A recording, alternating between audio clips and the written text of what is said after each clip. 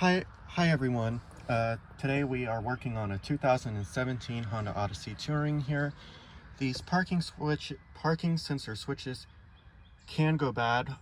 We found out earlier today that the light bulb behind it can go bad, and we get a message on the screen that says check parking sensor system.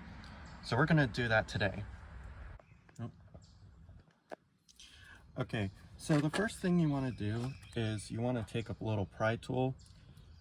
So as you see, we already pried it out, but if you guys haven't pried it out, you want to take a pry tool and kind of loosen it out and pry it out, just like this. And this is what it's going to look like. So you're going to push it out, and then you're going to flip it over, and there's these two screws. You're going to flip out the green screw and screw it out. We're going to do that now. And we're going to do that now. So this is the bulb that we are going to put in the parking sensor switch. The old one burnt out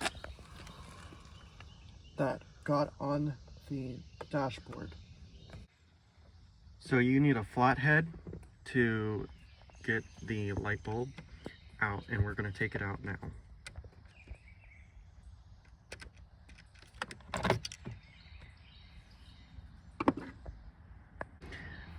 As you see, the light bulb is burnt up.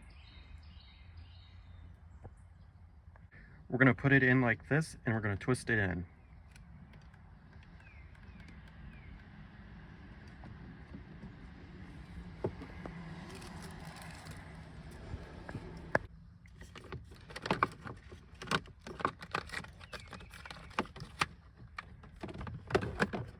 And we pushed the buttons back in, and we put the dashboard back into place. And there you go. Easy as pie.